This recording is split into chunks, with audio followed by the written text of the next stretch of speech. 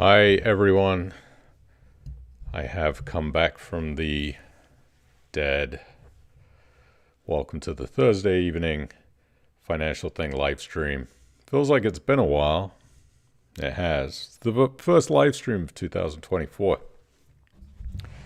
As I signed off for 2023 in February, December 2023, came back in February, and been away for a while. Just got back here to Orlando on February 3rd, so I was away for a while dealing with family things. Can report that my mother is doing okay. She's hanging in there. Mother-son love that I have for her. I had to go over and tend to her and make sure she was all right. But I'm back now, at least for now. So we'll continue to pick up on these Thursday evening little chit-chats that we have here about peer-to-peer lending and investing. I hope you guys are doing really well. Happy New Year, by the way. So even though it seems so long ago, right? Now we're in February, but Happy New Year to all of you. And I really hope that 2024 is a wonderful and mostly healthy new year, because without our health, I mean, let's face it, we don't really have anything. As much as we talk about money and investing, really at the end of the day, health is everything. And certainly this situation with my mother has made me realize how precious life is and how fragile life can be when things take a turn for the worse when it comes to our health. So yes, happy, healthy 2024 for everybody, for sure. Anyway, we have a lot to talk about today because I kind of been going back through things that I've missed since December. Definitely some important peer-to-peer lending stuff that I want to touch on, some company profits and some other news, some administration stuff. We talk about the trading 212 portfolio that has definitely sunk back to earth. It was doing so well and looking so promising, and then some things happened with the portfolio, so I'll show you what's going on with that. We'll do a little, and of course, I cannot go this evening without talking about the big news in January, which was the expected approval of the Bitcoin exchange traded funds, the ETFs, that were approved by Mr. Gary Gensler here in the U.S. in January. Big, very, very important, I think, to the financial world. And I was very happy that that happened. So we'll have a chat about that, and I'll kind of show you some of the implications and some important things that go along with that to do with investing. Whether you're interested in Bitcoin or not, I think it's something that you should definitely pay attention to. Anyway, quick hi to everybody. And if you're watching in the future, welcome, thank you. Please subscribe, hit that like button. Also, just before we get to, let's do some housekeeping. Of course, the stream here, sponsored by, you can see that little graphic, it's Cufflink. It's quite hard to do that in reverse. Cufflink. And, of course, Harley. Cufflink sponsors the Harley cam. Right there, she is happy to have her dad home as she naps. But, of course, if you have not signed up for a Cufflink account, they are a generous sponsor of the show and generally a financial thing, especially the YouTube channel. So you can get up to 9.83% gross per annum. They are now, I believe, over 300 million pounds of property-backed UK investments that have been made since 2016 with zero investor losses to date. Capital is at risk. Please don't forget that. Don't invest unless you're prepared to lose money. This interest rate that they offer can change. As interest rates do change, we should have seen that. So sign up at the link below, join.cufflink.com/financial-thing, and check Cufflink out. They are in our news story.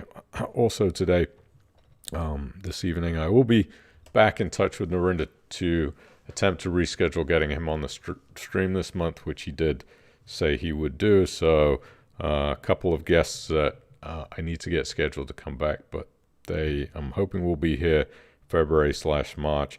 Wasn't really planning on being away as long as I was away for, so I'd hope to be back kind of mid-January, but that didn't happen. So Obviously, the guest schedules got pushed back a little bit further than I would have liked, but such is life. Anyway, Mark Mason is here. Dave Dawson, Aki Chap, thank you for the welcome back. Peter Vince from Leatherhead. It's always nice to get those weather updates. By the way, it's a very sunny and warm 20-something degrees here in Orlando today. And Stephen Hale, of course, is here. Thank you for the good wishes about my mom. Very much appreciated. Colin Perry, a wintry Peak District. Nice to have you back. Thank you, Colin. Nice to have you back as well. Alan Stratford, very damp Worcestershire, or as they say in America, Worcestershire, because they can't pronounce it. Hi, Mike. Damp and windy Southampton. Annabelle is in Spain. I'm sure the weather is lovely over there. John Day is here in Nottingham. And Alan says that Crowd Property had their first crystallized capital loss on a loan. I have to say, I have not looked at it, so I can't really comment. But if that is true, then, I mean, in all honesty, that's a pretty good run for Crowd Property. And yeah, I can definitely reach out to get Mike back on the stream for you.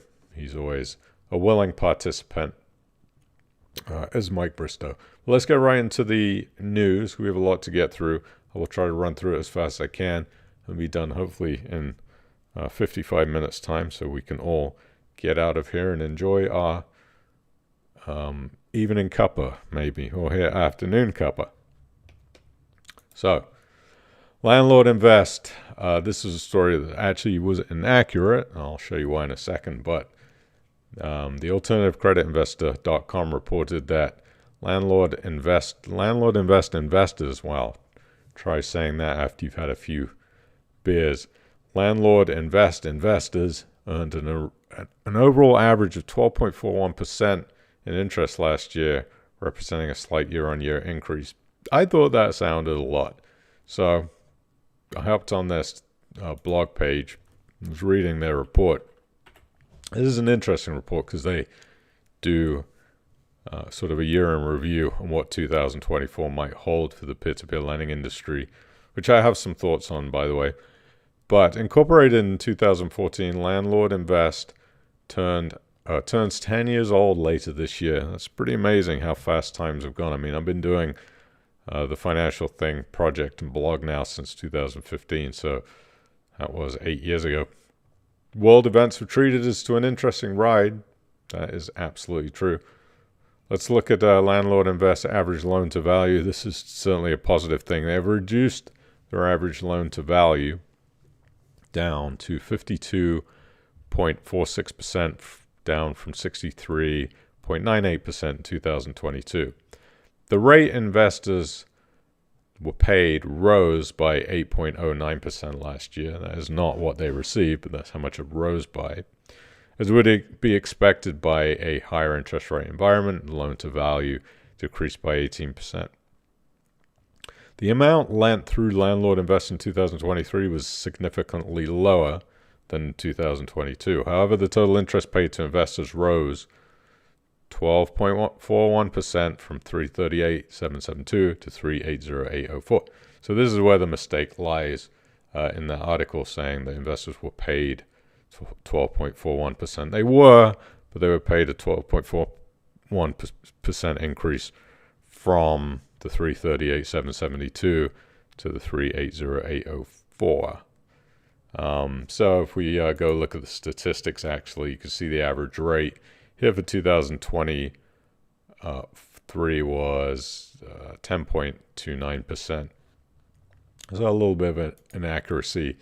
It does look like the Landlord Invest sees difficult times ahead for 2024, which will definitely affect. I mean, this really relates to what's going on in the property market, from an impact from high interest rates and developers not really sure if they want to enter into projects right now because they're paying such high interest rates on their projects and loans.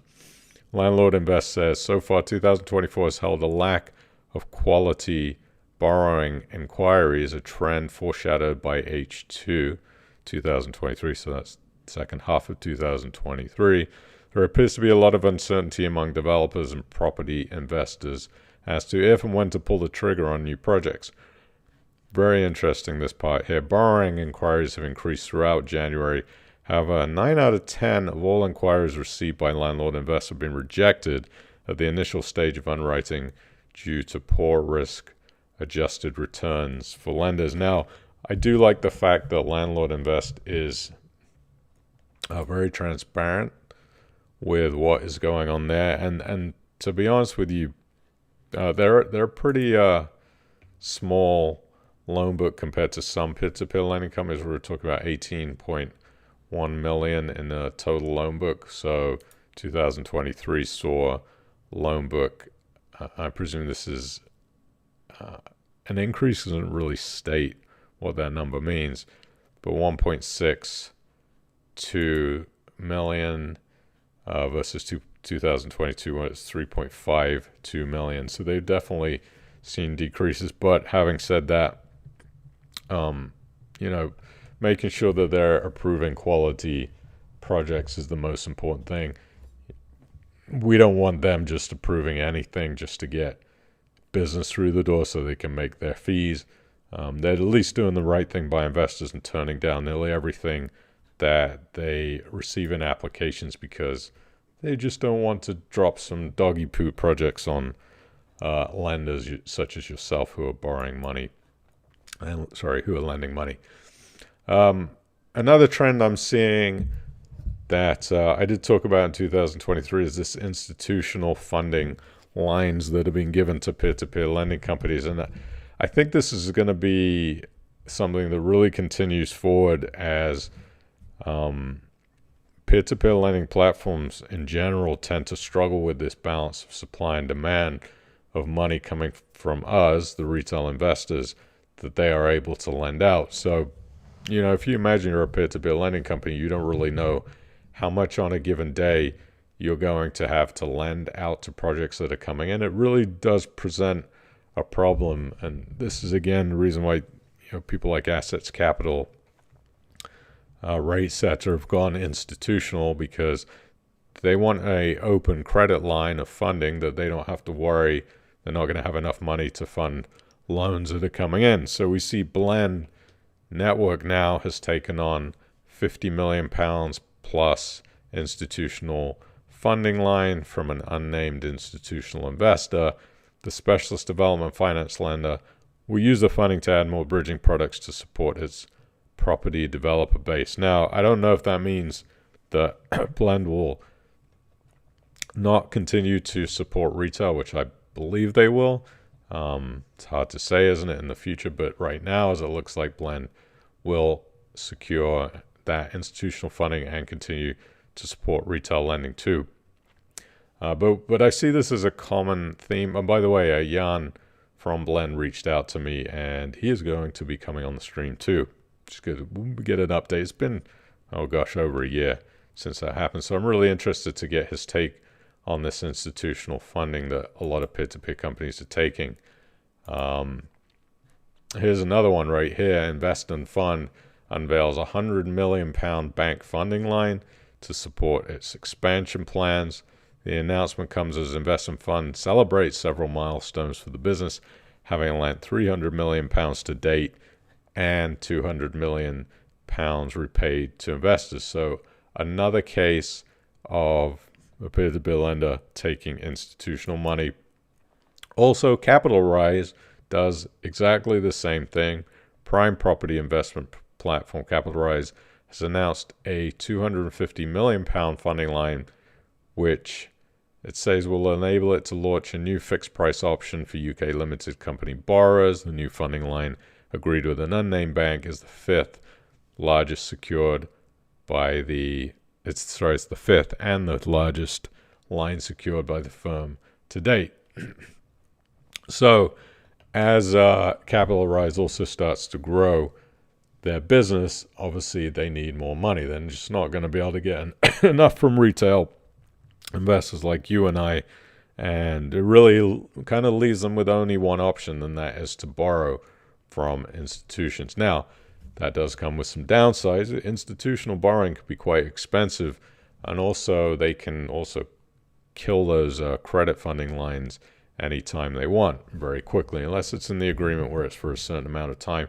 Usually those institutional credit lines are flexible from the bank's side of things or from the institutional funder side of things, where they can cancel and pull those lines anytime they want, which again can create massive headaches for a lending company like a peer-to-peer lending company. So it's not all roses and poppies and unicorns when it comes to institutional funding. There is some serious cons that come around with that. But I do really think that this is going to be a continued trend in 2024, which could, and again, I don't know whether this is going to happen, but it could result in more peer-to-peer lending companies saying goodbye to retail and strictly going for many different institutional funding lines, so they don't have to deal with the retail peer-to-peer lenders such as ourselves. Let's see what else we got. MoneyThing administrators recover $550,000 for investors in the second half of 2023. In its sixth progress report to 20th of December 2023. For some reason, I didn't get that report. I was looking in my email. I don't know if I deleted it when I was away, but I wanted to read through it. But anyway, Moorfields, the administrator, said that a distribution of $950,407 was received relating to an enforced loans where administrators had been appointed. Out of this sum, £306,093 was drawn by MoneyThing for loan management and enforcement services, while $3,318 was paid for legal tax advice. So imagine that 1/3 of that total amount that was received was taken out for loan management. It's a lot of fees, basically. $556,000 was given to platform lenders. So if you haven't logged into your MoneyThing account, go in there and do that and get that money out of there. And then another close to £85,000 has been retained as a provision for future costs associated with the loan. The cost of the administration so far has risen to more than £1.2 million as of the 20th of December 2023, and that one doesn't look like it's any close to being wrapped up, as it will continue onwards. Another crowd property news, securing $5.25 million Canadian dollar loan from Canada's Flow Capital. It's a Toronto-based alternative asset investor, and Crowd Property is going to use that money to expand its business. Flow Capital specializes in providing flexible growth capital to tech and software as a service business, SaaS. So Crowd Property taking on a loan, not just a credit funding line, but a loan to try to expand. They have lent over £370 million to date and have repaid $220 million to investors with an average realized return of 7.96%. I am interested to know more about that loss loan with Crowd Property. I just hadn't looked at that today. I tend to kind of grab the news the night before or the day of because things change. And maybe I should start doing that earlier. But yeah, that's what I've been doing. Crowd Property Director warns of the rising risks in development financing sector. I don't think this is anything that we don't really already know, that we're in a challenging macro environment.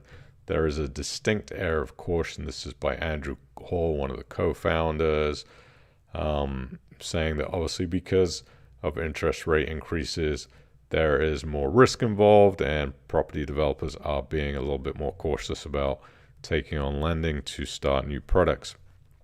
Hall expects market valuations to decline by 4 to 5% this year. That's real estate prices, before flatlining 2025 and picking up again 2026. He also says that inflation needs to be under control, mortgage rates need to be at 4.5%. and the base rate at 3.5%. I'm not sure how you can really make predictions about when things are going to start to change, because we really don't know when these interest rates are going to start dropping. But I have seen a couple of interest rate cuts from banks. I got a Ford Money interest rate cut announcement yesterday of 0.25%, but I think I'm going to stand by what I've said before, that interest rates not actually going to come down very quickly at all, because inflation is still an issue, and when you start to drop those rates down, the inflation rate may start to come back up again and become a problem. LendInvest launches new house flip loans. This is 2 new refurbishment loan products to help bring more properties onto the UK property market. The property lender has rolled out landlord refurbishing bridging loans with a maximum loan to value of 85%, as well as an 85% loan to value house flip refurbishment bridging loan.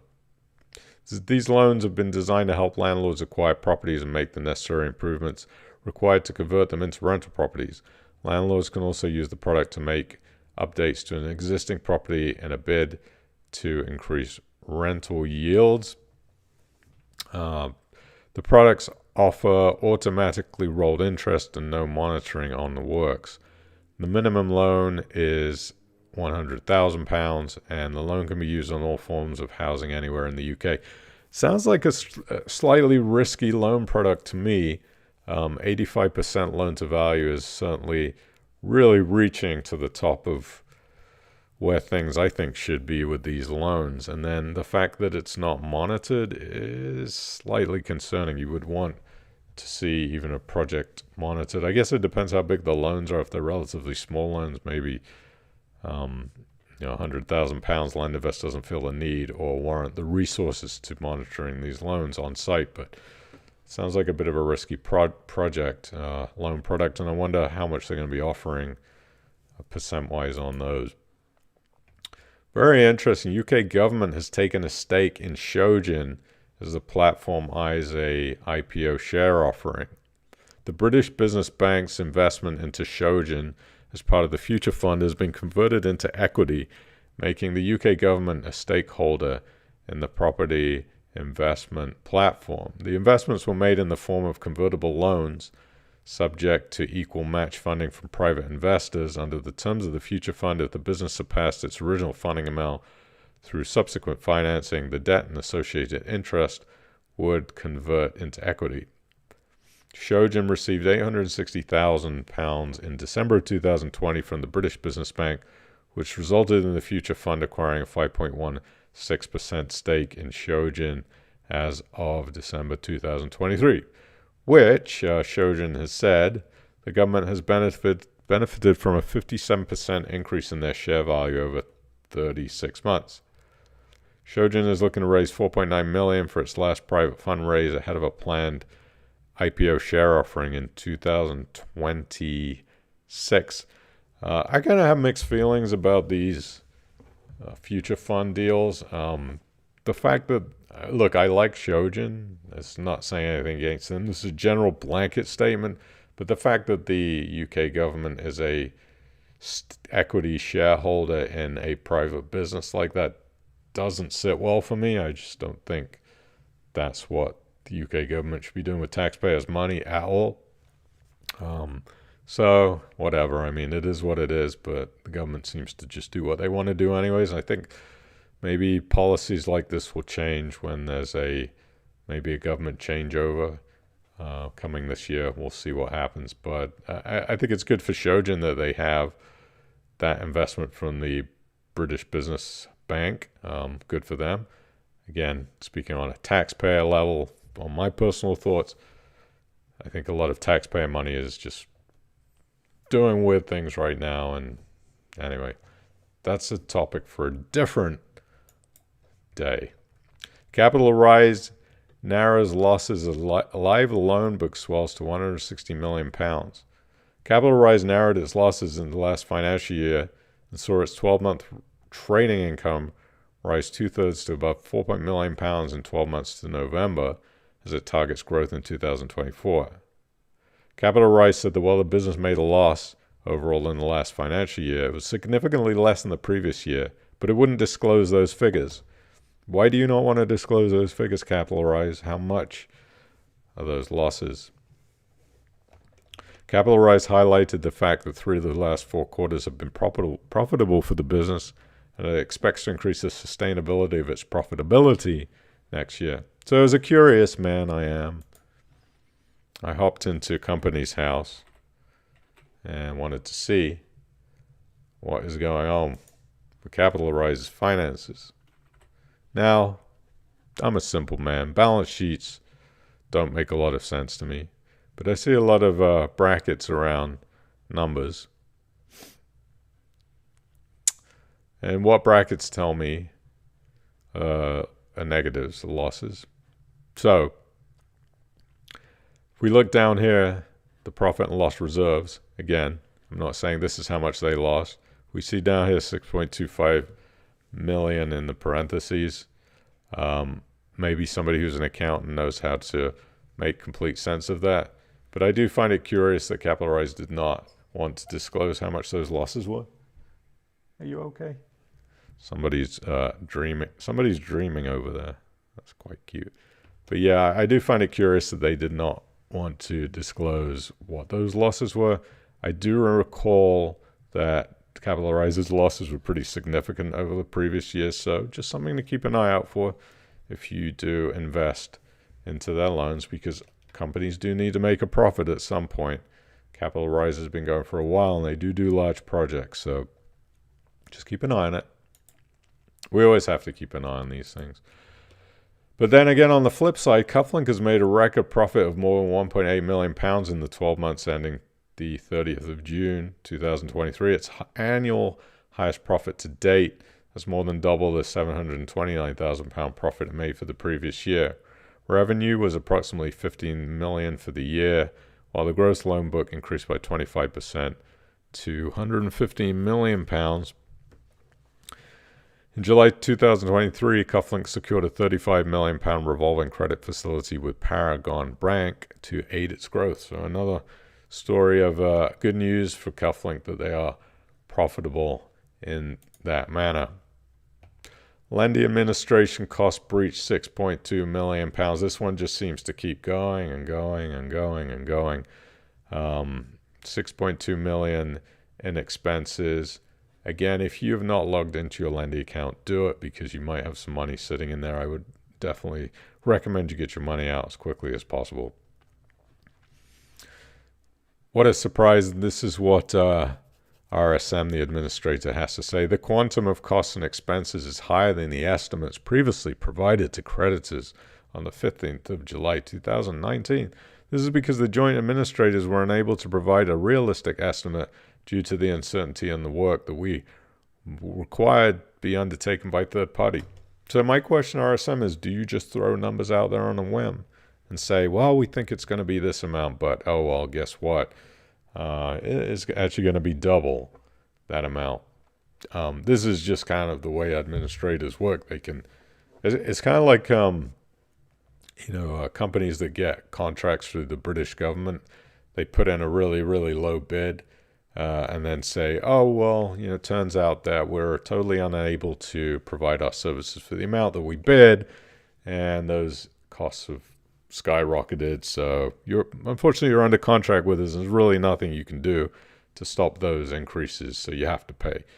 RSM, of course, I know there's people in the stream who are involved in the Lendy side of the Administration Action Group, the LAG, who know way more about this than I do, but it just seems, again, with Lendy that this is going to continue on and on and on, and these fees are going to climb up and up and up, and really the people that get hurt at the end of the day are the lenders, the retail lenders like you and I. I've pretty much written off that the Lendy loans that I personally have, maybe I'll get back 10%. Who knows?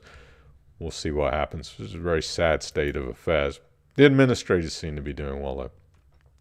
Another profitable year for another peer-to-peer company. Crowd Property reported a 43% rise in revenue and a 214% increase in operating profit.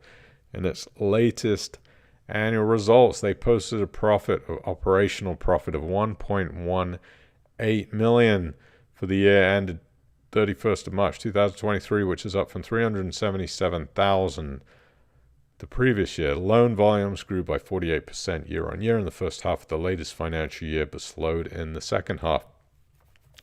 Now, Again, why do we care about this stuff? Because I've said it a million times that peer-to-peer lending companies need to make a profit, and it's a good thing when you read things like that because it means that they're growing and they're creating a sustainable business to stop them going down like the lights of these other peer-to-peer lending companies that are in administration. So we want to see this, and sometimes you think, wow, they're making all this money. Where are they getting their money fees from? But who cares? As long as they're writing high-quality loans, they're charging for their services, obviously what they think that should be charged, and then they're providing a service to borrowers, and they're providing hopefully a stable lending product to you as retail investors. Of course, every business is going to have a loss at some point, whether it comes to loans, hopefully not the entire business, but there are going to be investor losses, and loans will go into default, which could create a loss. It happens. It's part of lending. Big banks experience it every single day. So it's good to see them making a profit. We had an investor update with Assets Exchange.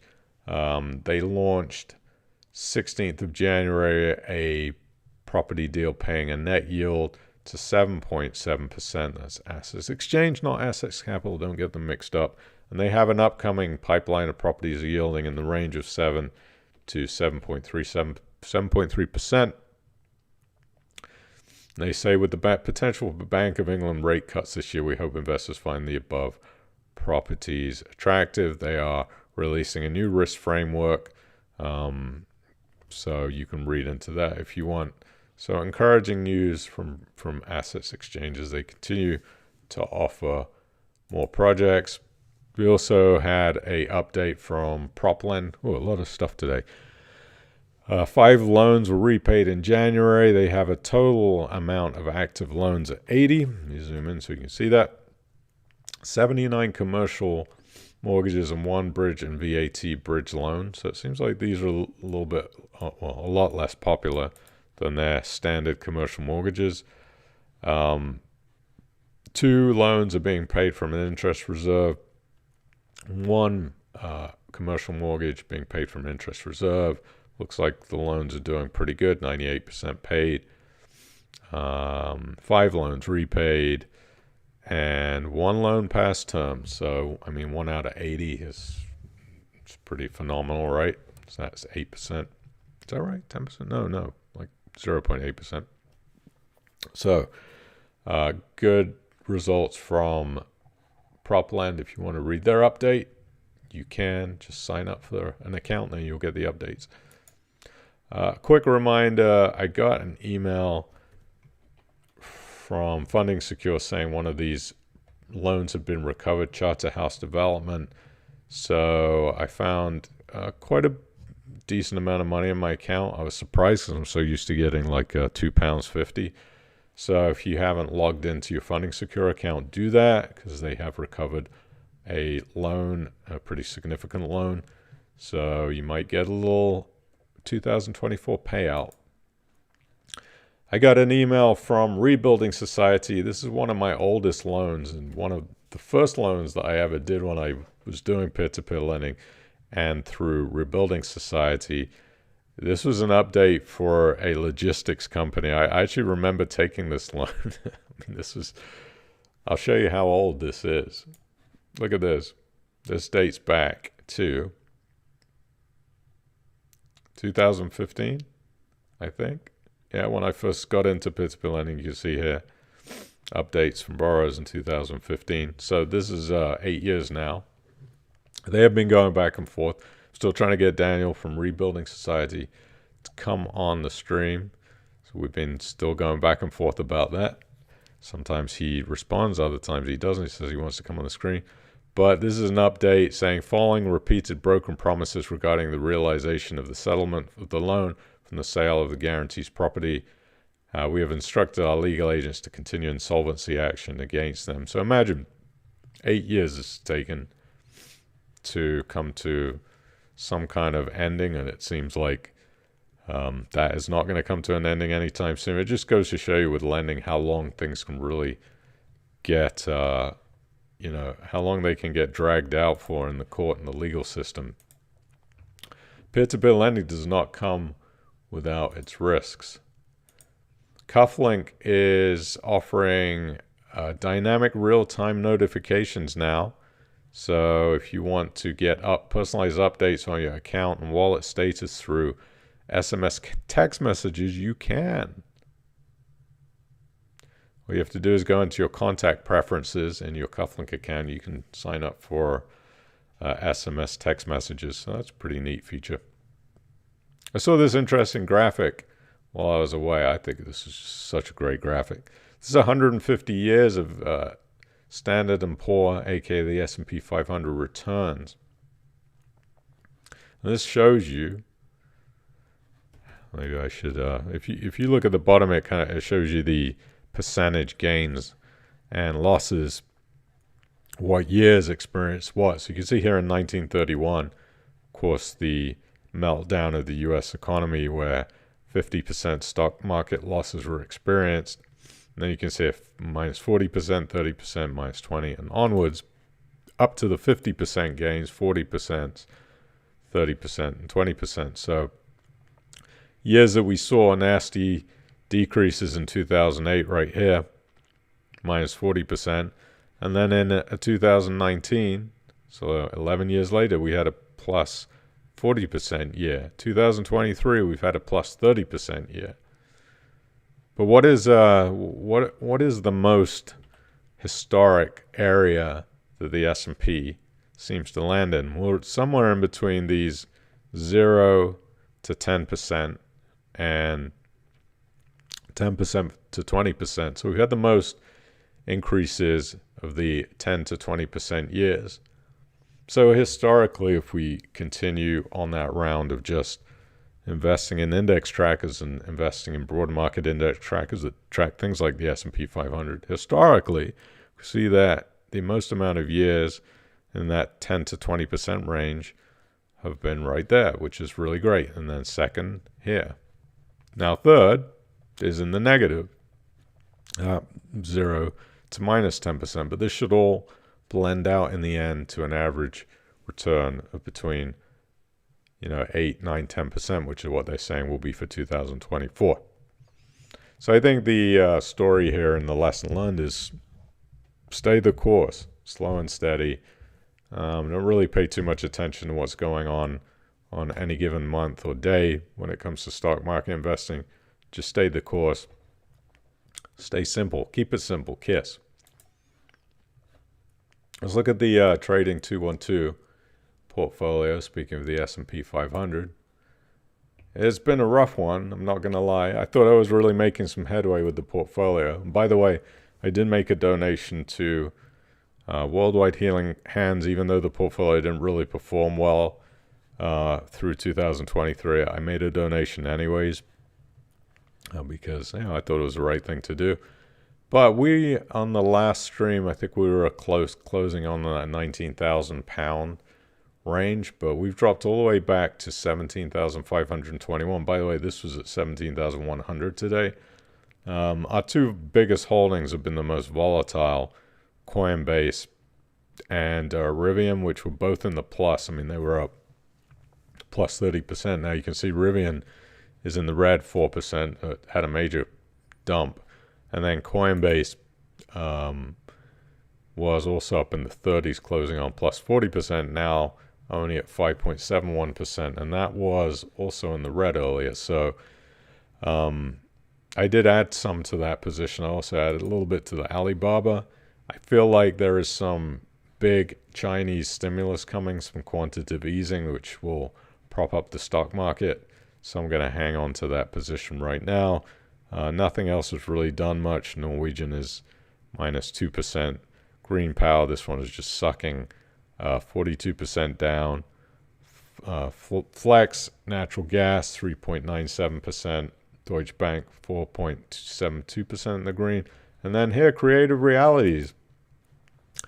I was saying before how I was thankful Trading 212 had only let me buy 350 pounds of this stuff. They had some kind of a limit on it.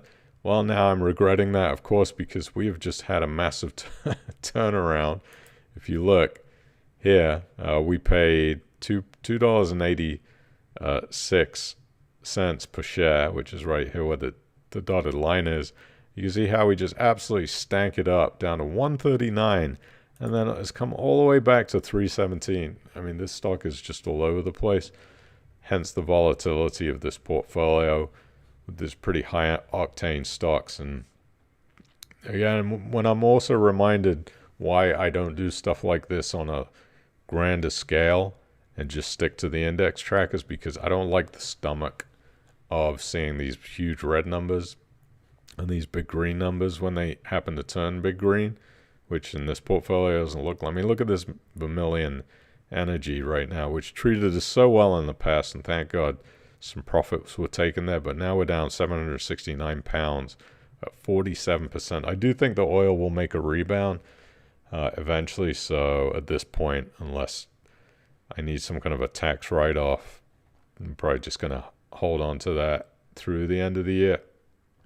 Unless the account says you can owe taxes, then maybe it's the time to sell it and take the loss. But for now, the portfolio is keeping afloat. My goal is to get this to 20,000, but we'll see what happens. I don't think Deutsche Bank is going to be the share that gets us there. It's probably going to have to be these higher octane, Coinbase, that type of thing, but shall see. We had a big announcement January 10th, 2024.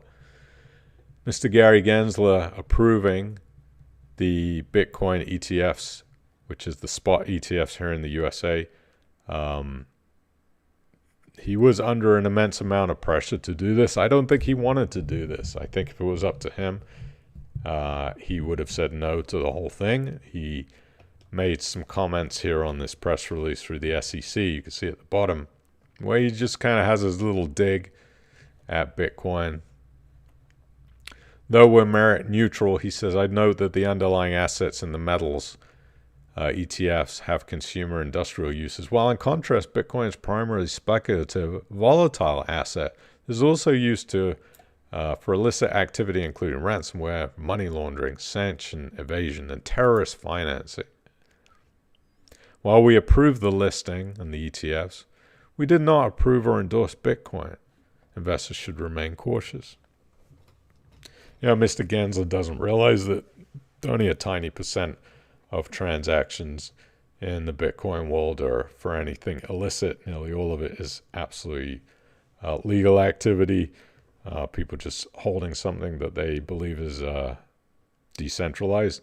But he couldn't help but put in his little prod. But thank God that he was forced to make that decision. But what is very, very scary about this, and I happen to catch this on Twitter, but 5 people were responsible for deciding the fate of this very, very important financial product that was approved and now will be there as long as the big companies choose to support it. And you can see here Mr. Gensler approved it, and he didn't want to. So we had 3-2. 2 people, Crenshaw and Lizarraga, decided to not approve it, even though the SEC was sued by Grayscale for allowing a Bitcoin futures ETF to be approved, while a spot one, which follows the actual price instead of gambling on what Bitcoin price would be in the future, was approved. So they essentially, Gensler had to approve it. But it was big news, and it was a big day for Bitcoin ETFs. Bitcoin then surpassed silver to become the second largest ETF commodity in the US. So there was a lot of inflows into Bitcoin. Incredible amounts of inflows. I think there is, let me see if I have a graphic. I thought I had a graphic. Hold on. Maybe I didn't save it. But there was a large amount of inflows into, hang on, let me see if I can find it. It's very interesting. Here we go. A large amount of inflows into the Bitcoin ETF space in a matter of a very, very, very short period of time, as companies like BlackRock, Fidelity, Invesco, VanEck, Valkyrie, Franklin, and Grayscale were all involved in the issuance of this ETF. This is going to be the start of more ETFs to come. I think there will be Ethereum ETFs.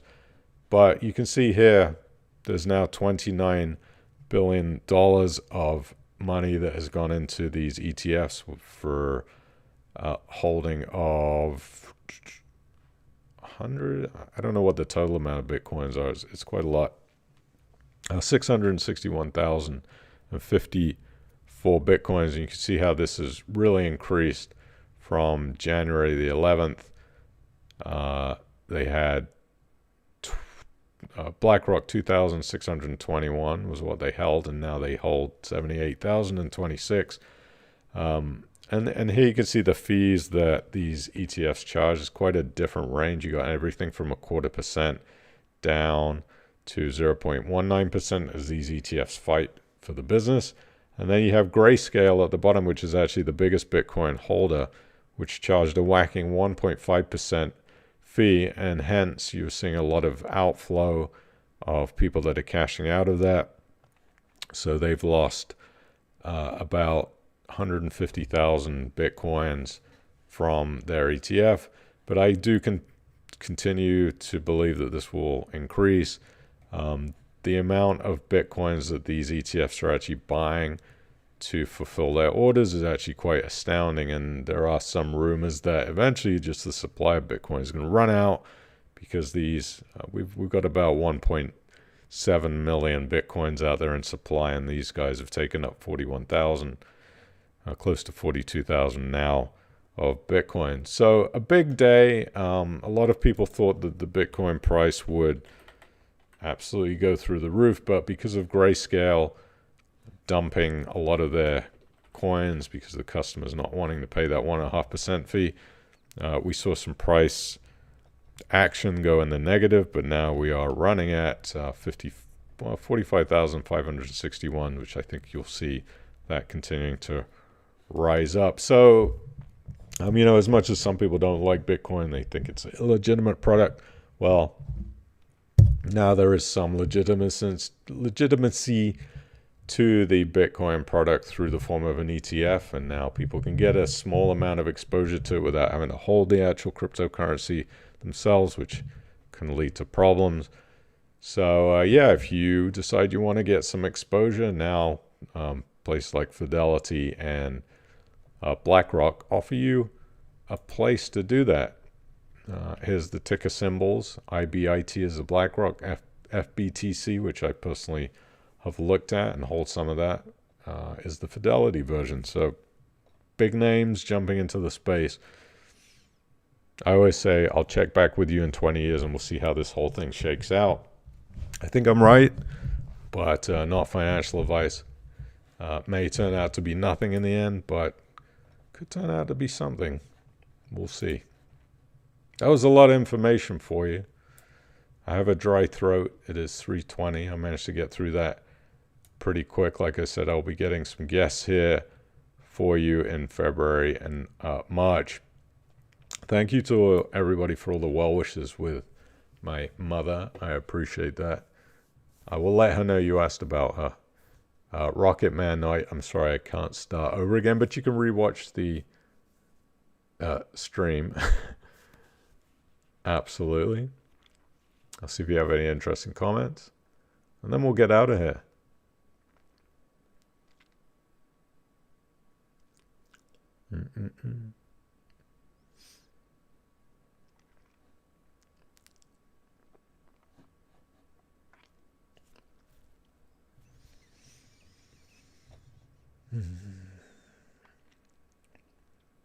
Crowd Property should have really been more transparent about the loan loss. Yeah, I didn't see any news about that. But I mean, this is the way companies are, aren't they? When it's good news, they want to splash it all over us, but when it's bad news, they definitely don't want to give that to us.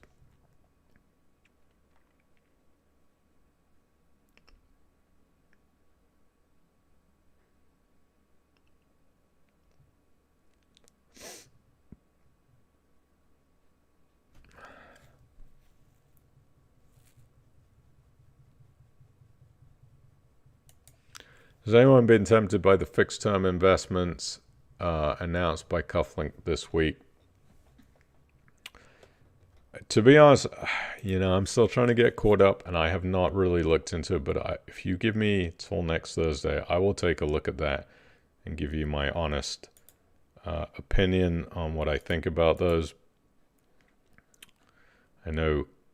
Oh, here we go.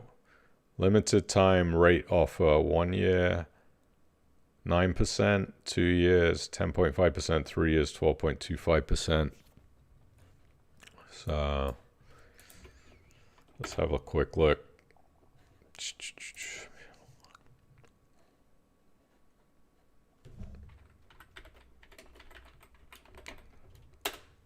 I'm just going to pull this up on the screen. See what the terms are. There's always terms, right?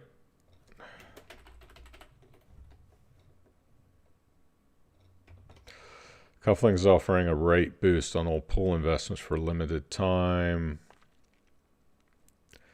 Must invest a minimum of 1,000 for new customers, 500 for existing. There is no limit on the amount of money you can invest. Interest is paid into your wallet during the month of the end of your investment term. I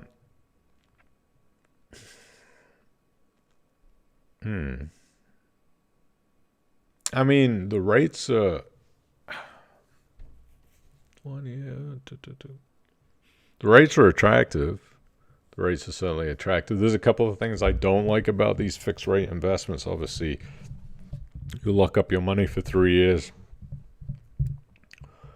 You decrease your flexibility in what you can do with that money if you need it. I don't think you can get it out. Personally, I'm not a fan of locking in money. But for that kind of rate, it's certainly an attractive rate, 12.25 for 3 years. I mean, you imagine if in a year or 2 years' time the interest rates start to drop through the Bank of England, these 12.25% interest rates are going to look very, very, very good, because I would imagine at some point the rates have to drop down. I don't know how low they go, but I would certainly consider 2-year product for 10.5.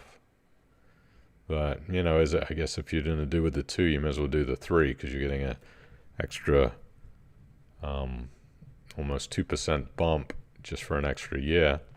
It's pretty attractive. I personally, again, negative downside, you don't get any money back until the end, so you're not going to see a penny of that back. If you go in on 3 years, you're not going to see a penny back for 3 years. If you don't need the money, I guess that's fine.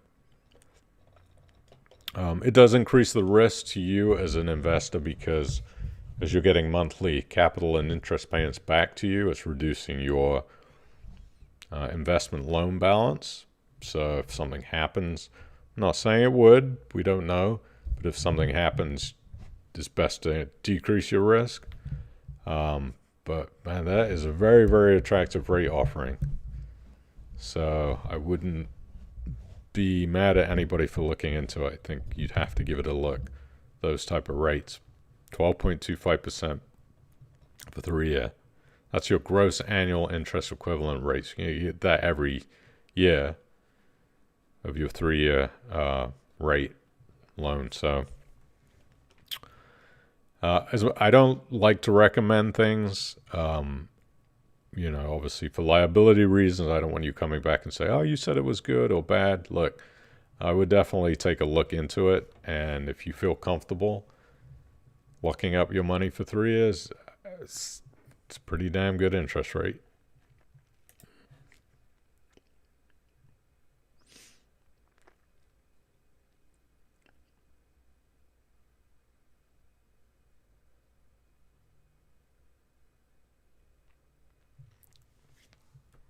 Yeah, that might make a really, really interesting point here. Where is the interest coming from? I'm not seeing any loans paying that rate, so it's from profit. I assume the rates quoted are massaged as usual. It's a really good question, Mike, because if you're looking at these things going, well, I don't see any loans that are paying anything close to 12.25%. How do you pay that? One of the things that we may not see is what is that money being used for. Maybe they have some things in the background.